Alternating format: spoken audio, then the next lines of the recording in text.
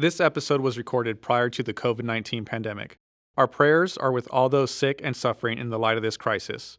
For more information, please visit reasons.org/COVID-19.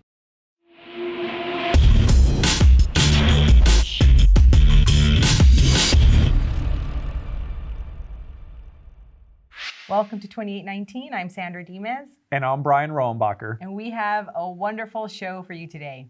A few people we'll hear from today are Mary Jo Sharp of Confident Christianity, philosopher and theologian Ken Samples, and biochemist Fazale Rana. Yeah, they're going to be talking about some wonderful topics here. They're going to talk about how to defend and advocate for the Christian faith, how to choose a good Bible translation, and also, does dinosaur soft tissue mean that the earth is young? I'm really looking forward to that one, but I do have a bit of issue with it. Uh-oh. And that is Fuzz has never seen a Jurassic Park movie. I mean, can he even speak about this topic? We're going to find out. First up is Culture Talk. Sandra will be chatting with philosopher George Haraksin about whether Christians should celebrate St. Patrick's Day. And neither of us are wearing green. Let's check that out.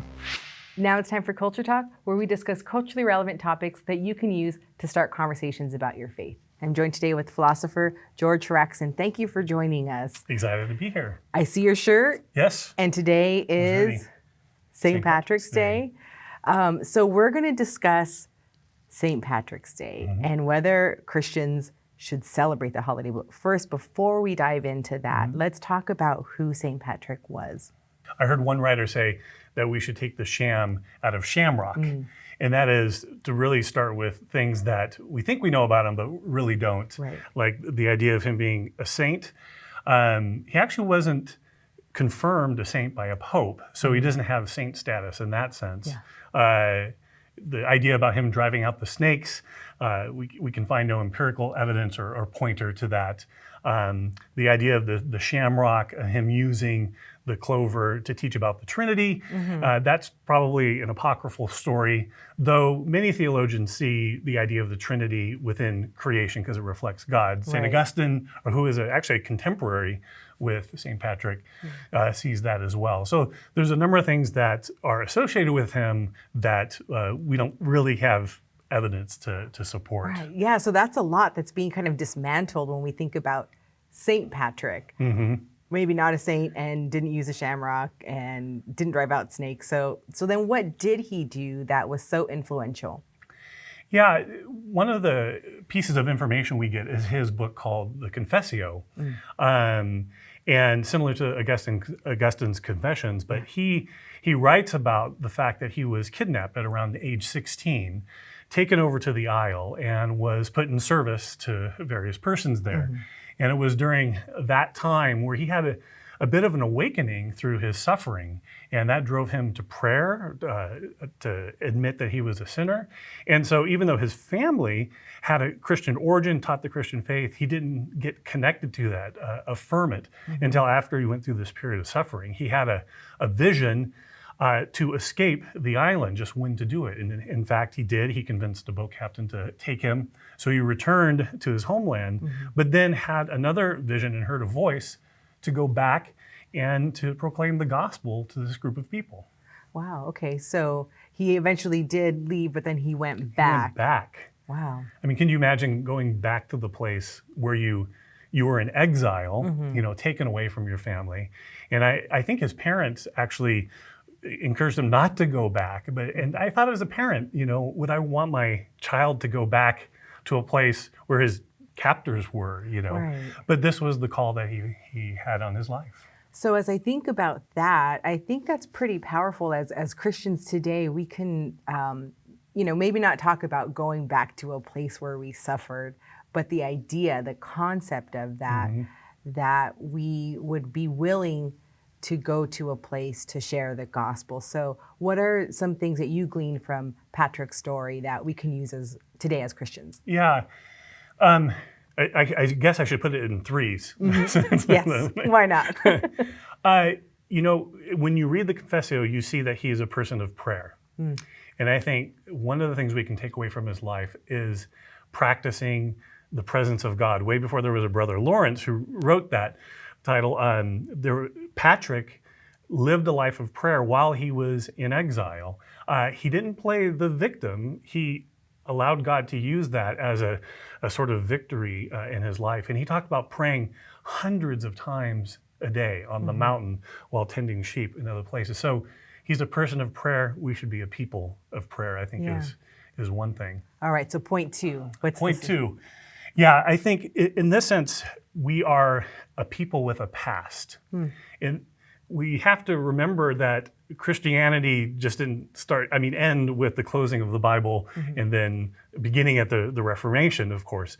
There's this long period of different people who had lived the faith and that we can learn from. We don't have to idolize them, but we can learn from them. I think Patrick is one of these persons that we can learn from. And in fact, in Hebrews 11, it talks about us having a cloud of witnesses that we can sort of rely on, that not just the biblical witnesses, but I think people in our history. And Patrick is one of those. So far we've got some nice alliteration, prayer, past.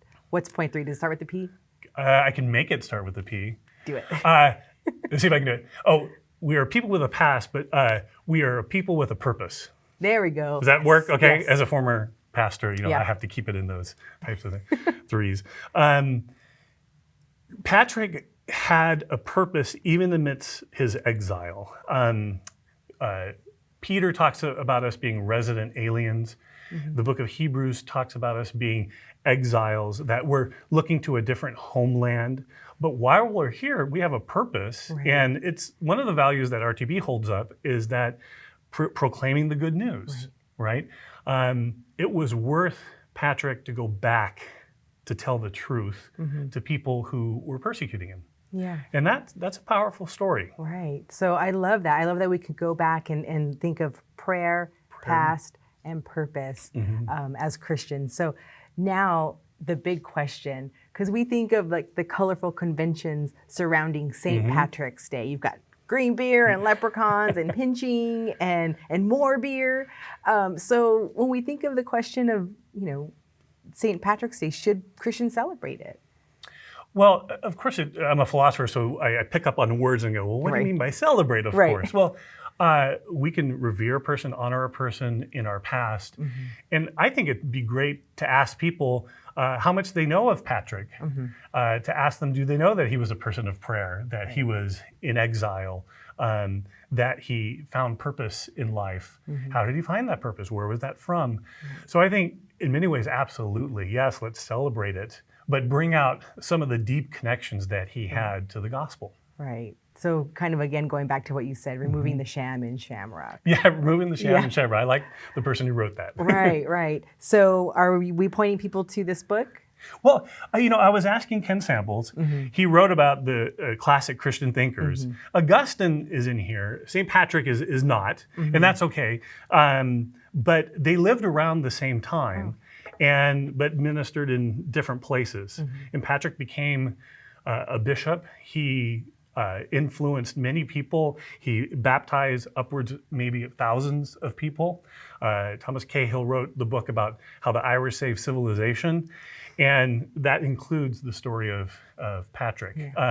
But I think Ken's book does an excellent job of us celebrating some of these people of the past, who, again, we don't need to idolize, but they can deeply impact our life, our spiritual formation, how we think about Christianity, how we ask others questions. Yeah, well, thank you so much for that. If you'd like to check out Ken Samples' book, Classic Christian Thinkers, go to shop.reasons.org. Now we're going to check out a Nexus clip with Mary Jo Sharp. Well, the greatest apologetic challenge, boy, there's a couple of them. Traditionally, in the West, the problem of evil has been the greatest objection to the existence of God. But with the shift in thinking to more of a postmodernist type thinking, where we're not trusting truth, we're not even know if truth can be known, we're not trusting any authorities, I think that the difficulty now is in presenting truth and presenting like objective truth in a way that people understand or can relate to. So I think one of our challenges in apologetics is to drive it more towards the narrative and show people that the gospel of Jesus is actually the end of the cultural story that for which they're searching and longing, and what finishes off your story? What are you looking for? And I think that's the challenge of apologetics, is giving objective truth alongside this sort of idea of finishing the story for people. because everybody's longing for something. They feel like they've fallen short or they don't live up to, and they're seeking this sort of community, this authentic community. And so I want to show them where Christianity comes in and it provides those answers to the longing of the human heart. To hear more from our friend Mary Jo Sharp, please visit the Reasons to Believe YouTube channel. And now it's time for RTB 101, where we discuss practical questions to equip you to share your faith more effectively. And here to help me navigate the maze of Bible translations is my colleague, philosopher and theologian, Kenneth Samples. Welcome back, Ken. Hi, Krista. You know, there is almost an alphabet soup of Bible translations out there. The ESV, the CEV, the NIV is the classic one that I enjoy. Maybe we should start at the very beginning when talking about translations is, why do I need a translation of the Bible? Yeah, very important question. It has a lot of apologetic implications to it. So the Bible is an ancient book. It's an ancient document. It's really many books. The Old Testament written primarily in Hebrew, some in Aramaic, the New Testament written in Koine Greek. And of course they were written, the oldest scriptural books were written on vellum, animal skin. Writing is difficult and challenging in the ancient world. Then the New Testament appears on papyri, kind of early paper, if you will. The problem is these things disintegrate. So preserving them over time is very difficult. They have to be copied. They have to be recopied and preserved. You can introduce problems of transmission, but you need a translation. Obviously, because the Bible was written in particular languages, you may not speak those languages, so you need a translation. Yeah, and from what I understand, the Old Testament was translated even before the time of Jesus into Greek. We call that the Septuagint. And that was actually what was quoted by Jesus and the apostles many times. So we know God's okay with translations. Yeah, that's a very important thing. And Greek, Koine Greek, the language of the New Testament, it's the common language. It's the language of trade. Think how great it would be to talk to somebody about Christ in a language they already understand. So God wants us to know his word. That's what I love about it. Yeah. So he wants it to be in the language of the people. And so even though the Bible was originally written in Greek, Hebrew, a little bit in Aramaic, it's okay for us to have a translation. Yeah. Now, talk us through sort of how translations work, because I know that there's a few different approaches to Bible translations. Yeah. When I was a young man, I was a Catholic. I was part of a charismatic Catholic renewal. And instead of reading the St. Joseph Bible based on the Vulgate, Jerome's critical translation of the Latin Bible, we read Good News for Modern Man, the Living Bible. And so that was one of the first Bibles I read. And that was a paraphrase. It was intended, to paraphrase the original. But there are other thoughts behind how translations work.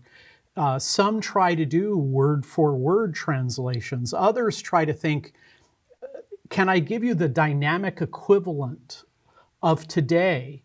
And what I find, rather than finding the Bibles to be all over the place saying all kinds of different things, I'm actually very pleasantly surprised how much agreement there are in all of these translations. And what's really helpful is if people don't know which approach the translation team used, they can always read in the start of it, they'll describe how they did it, and whether it's a word-for-word translation or what I call a thought-for-thought translation. Yeah, exactly, good. It's trying to help explain their approach, because we are going from one language to another language, so there's going to be some little gaps there, but that helps us. Now, if I don't read Greek, Hebrew, or Aramaic, which translation is going to be best for me? Yeah, this is a very practical question. What I think is great, Krista, is we live in a golden age in many ways. We have so many translations and so many good translations. And in terms of English, I mean, I've studied Greek, I've studied some Hebrew, I've studied some Latin, but there are translations I like better than others. I I really like the 1984 NIV, kind of the traditional One of my NIV. favorites too, yeah. I do like a fairly new one, the ESV. It's not quite my favorite, but I like it. You know, even the King James Bible is a very good translation overall. You know, rather than the critical claim of the Mormon or the Muslim that these have been corrupted, actually, when you compare them side by side, there is tremendous continuity, tremendous unity in these types of translations. So I think going and talking to somebody like a Krista Bontrager or Ken Samples, talking to your pastor, talking to people who can give you recommendations. I like study Bibles. Yes. I like a Bible I can pick up and, hey, I don't know much about this. I can read a little bit. There's some notes in there to help me. I find that I've done the Bible Answer Man program. I've done lots of different programs. I always have a study Bible with me. It's a great tool. So if our friends are looking for a Bible, maybe one thing to consider is, are you new to the faith? Yes. Maybe get one that's a simpler translation in the beginning. Are you a person that has English as a second language? That's right. There's even Bibles for those people that have a smaller vocabulary to help on-ramp them. Are you looking for something, you know, that really gets into more of the details? More word for word with a study Bible might be the way to go. So you have to kind of figure out who you are and what you want. And this illustrates, Krista, I think, a very admirable thing about Christians. They're people of the book. They're studiers. They're thinkers. We have so many great tools to help you as you move forward in your thinking about the Bible. We do really live in a wonderful age of It's a golden age. Yeah. So I want to encourage you, if you'd like to hear more from Ken Samples, go check out his blog. You can go to reasons.org and search for Reflections. Next up, Jeff is talking to Fuzz about the question, does dinosaur soft tissue mean the earth is young? Let's check that out. Hello, Jeff Zwerink, and welcome to Give and Take, the segment of our show where we explore important scientific ideas to help you be more convinced of the truth of Christianity. Today we're joined again by Fazale Rana, and we are going to be looking at the issue of soft tissues in dinosaur fossils, and does it mean that the Earth is young? Fuzz, good to have you back on the show. Jeff? So kind of outline the discovery here of, we found these soft tissues. What is it that they found? What does it look like? And why is it a big deal? Yeah, well, in my estimation, the discovery of soft tissue remnants associated with fossils is one of the major breakthroughs in paleontology in the last decade or so. And we have evidence for soft tissue remnants in fossil remains that go back as far as 500 million years in age. But the quintessential example would be the work of Mary Schweitzer, who uncovered about a decade or so ago these soft tissue materials from the femur of a T-Rex specimen that dates at 65 million years. And these materials looked like essentially the remnants of blood vessels. And in the interior, you could actually see these ovals that looked like they were the remnants of red blood cells. And she was even able to isolate collagen and heme, which is the component of hemoglobin that binds oxygen. And so on the basis of her discovery, paleontologists went out and began to look for soft tissue remnants in a whole host of fossils and have discovered example after example after example. So this is a huge advance in paleontology. Really sounds like it is. Help me to understand a little more. Is it that they're finding like blood cells that have been fossilized, or are they finding something that's more akin to the blood cells themselves? It's more akin to the blood cells themselves. So this is actually the soft tissue material that is derived from the original material. It's not mineralized. It's bona fide organic material that they're recovering. So you've got these fossils of some sort of femur from a dinosaur that has been fossilized, and then within the confines of the fossil, there are these soft tissue remnants, which presumably over 65 million years or whatever should have decayed away and no longer be existing. Right, and this is where, from a paleontology standpoint, where this discovery is so radical, because nobody, and I mean nobody, thought soft tissue materials would survive the preservation process. And so this has been capitalized by young Earth creationists who argue that that because soft tissue materials shouldn't survive for tens of thousands of years, let alone tens of millions or hundreds of millions of years, it means that the fossils cannot be that old. They must be only a few thousand years old, which means that the dating techniques used to date those fossils must be suspect, which means those same dating techniques which are used to date the Earth then must fail as well. Well, that seems like a pretty reasonable argument. I mean, you've got this stuff here, shouldn't be there. We find it, that means, okay, maybe there's a problem. I mean, that's kind of a basic sanity check on our dating in some sense. That's a way to look at it. So when I first saw this argument from a young Earth perspective, I was taken aback. It's like, wow, this is really compelling, at least at the surface. But you and I both know that radiometric techniques are indeed reliable. And there's a number of ways that you can show or demonstrate the reliability of radiometric dating techniques. And in the book, Dinosaur, Blood and the Age of the Earth, where I wrote about this issue, I talk about how we can know radiometric dating is reliable, not assuming anything about the mechanism of radiometric dating, just if this was an off-the-shelf analytical method, how would we know that it was giving us results that were reliable? And I show how people have done work that validates radiometric dating by applying it to samples in which we know what the age is and getting the right result. So the bottom line is there's no reason to think radiometric dating is unreliable, which means there must be some way these soft tissues can survive for that duration of time. Well, so you've investigated this, and I know we've talked enough I know that there is some mechanism, or at least ideas for do that. What are the things that people have investigated that should say, well, maybe this is a reasonable thing to think the soft tissue is actually 65 million years old? Well, I mean, the concept to keep in mind is that there are two competing mechanisms. When you've got soft tissue material, there's a number of mechanisms in the environment that's going to break it down or degrade it. But there's also a mineralization process going on.